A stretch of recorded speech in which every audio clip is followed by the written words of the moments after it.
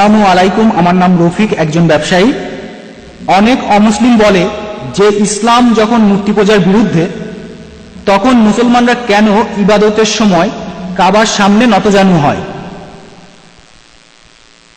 ভাই, আপনি প্রশ্ন করলেন যে মুসলিমই বলে যে ইসলাম যখন মূর্তি পূজার বিরুদ্ধে, তাহলে কেন আমরা কাবার সামনে মাথা নোয়াই, কাবাকে উপাসনা করি?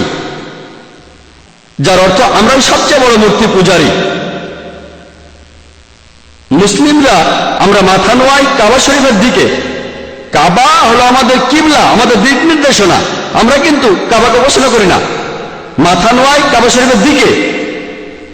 সালার সময় আমরা আল্লাহ সুবহানাহু ওয়া তাআলা ছাড়া অন্য কারো উপাসনা করি না। ইসলাম ধর্মে আমরা একতায় বিশ্বাস করি।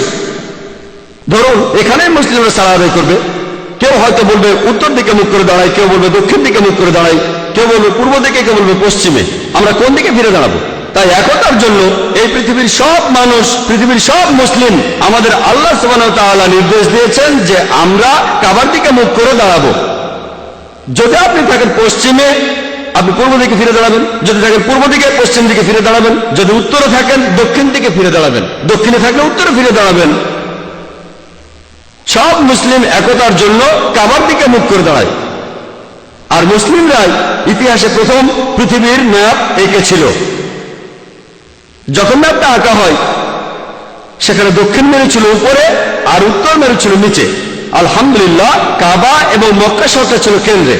পশ্চিমারা আসলো আর তারা এই ম্যাপটাকে উল্টে দিল। আর এখন আপনারা দেখবেন উত্তর মেরু উপরে, দক্ষিণ মেরু নিচে। তারপরও আলহামদুলিল্লাহ কাবা এখনো কেন্দ্রে রয়েছে।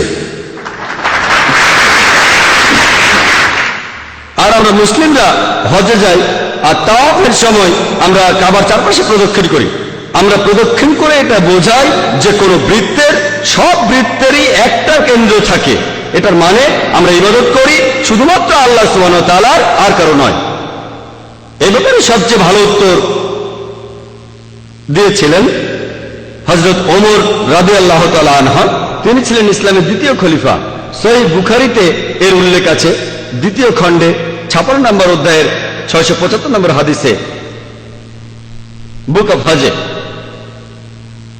হযরত ওমর রাদিয়াল্লাহু তাআলা আনহু তিনি বলেছেন কালো পাথর সম্পর্কে, কাবা শরীফের হাজরে আসওয়াদ, তিনি বলেছেন, তুমি কেবলমাত্র একটা পাথর, আমার ক্ষতি করতে পারবে না, উপকারও করতে পারবে না। আমি যদি না দেখতাম যে আমার নবী তোমাকে স্পর্শ করে চুমু খাচ্ছেন, তাহলে আমি তোমাকে স্পর্শ করে চুমু খেতাম না। এই হাদিসটা এই কথাকে নিশ্চিতভাবে প্রমাণ করে যে মুসলিমরা আমরা কাবাকে উপাসনা করি না। আর আরো একটা উত্তর দিতে পারেন যে আমাদের নবীজির সময়ে নবীজির সাহাবীগণ কাবা শরীফের উপর উঠে তারপর আজান দিতেন। আমি এখানে প্রশ্ন করব যে কোন মূর্তি পূজারী তার পূজা করা মূর্তির উপর দাঁড়িয়ে উপাসনা করে?